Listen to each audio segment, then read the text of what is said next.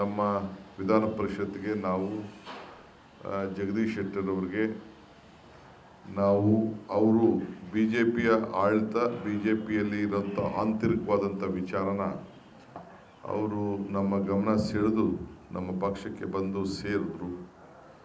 ಸೇರಿ 35,000ದಲ್ಲಿ ನಮ್ಮ ಪಕ್ಷದ ನಮ್ಮ ಚುನಾವಣಾ ಮುಂಚಿತವಾಗಿ ನಾವು ನಮಗೆ ಕಾಂಗ್ರೆಸ್ ಪಕ್ಷ ಗೆದ್ದೇ ಗೆಲ್ತೀವಿ ಅನ್ನೋ ಆತ್ಮವಿಶ್ವಾಸ ಆ ಕ್ಷೇತ್ರದಲ್ಲಿ ನಮಗಿತ್ತು. ಆದರೆ ಒಬ್ಬ ಹಿರಿಯ ನಾಯಕ ಬಿ ಜೆ ಪಿ ಬಿಟ್ಟು ಬಿ ಜೆ ಪಿ ಮೇಲೆ ದೊಡ್ಡ ದೊಡ್ಡ ಆರೋಪಗಳನ್ನು ಮಾಡಿ ಅವರು ನಮ್ಮ ಪಕ್ಷಕ್ಕೆ ಸೇರ್ತಾರೆ ಅಂತೇಳಿ ಅನ್ಕಂಡೀಷನಾಗಿ ಬಂದರು.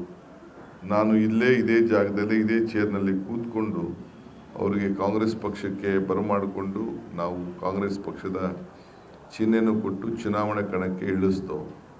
ನಮ್ಮ ಪಕ್ಷದ ಕಾರ್ಯಕರ್ತರನ್ನೆಲ್ಲ ನಾವು ತ್ಯಾಗ ಮಾಡ್ತೋ.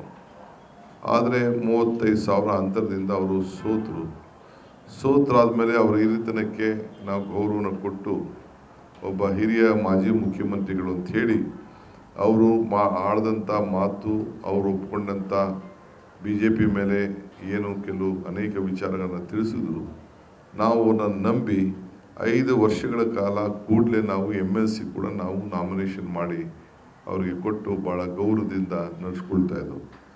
ಇದ್ದಕ್ಕಿದ್ದಂಗೆ ಅವರು ಸುಮಾರು ಒಂದು 2-3 ತಿಂಗಳಿಂದ ಕೆಲವರು ಬಿ ಜೆ ಪಿಯವರು ಅವ್ರನ್ನ ಸಂಪರ್ಕವನ್ನು ಮಾಡಲಿಕ್ಕೆ ಮತ್ತೆ ಶುರು ಮಾಡೋದು ಕೂಡ ನಮಗೆ ಗೊತ್ತಿತ್ತು.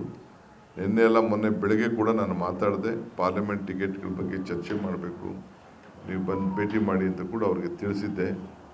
ಅವರು ಅನೇಕರನ್ನ ಬಿ ಜೆ ಪಿಯಿಂದ ಕಾಂಗ್ರೆಸ್ ಬೇಕಾದಷ್ಟು ಸೇರ್ಸೋಕ್ಕೆ ಪ್ರಯತ್ನ ಮಾಡಿ ಕೆಲವ್ರನ್ನೆಲ್ಲ ಸೇರಿಸಿದ್ದಾರೆ. ಇನ್ನು ಕೆಲವು ಹೆಸರುಗಳು ಕೂಡ ನನಗೆ ಕೊಟ್ಟಿದ್ದರು. ಸೊ ಈ ಮಧ್ಯದಲ್ಲಿ ಅವರು ಏಕಾಏಕಿ ರೆಸಿಗ್ನೇಷನ್ನ ಫ್ಯಾಕ್ಸ್ ಮುಖಾಂತರನೋ ವಾಟ್ಸಪ್ ಮುಖಾಂತರ ಕಳಿಸಿದ್ದಾರೆ ಅಂತೇಳಿ ನನಗೆ ಲೇಟಾಗಿ ಗೊತ್ತಾಯಿತು. ಆಮೇಲೆ ನಮ್ಮ ಪಕ್ಷಕ್ಕೆ ತ್ಯಾಗ ಕೂಡ ಮಾಡಿದ್ದೀನಿ ಅಂತ ಹೇಳಿದರು.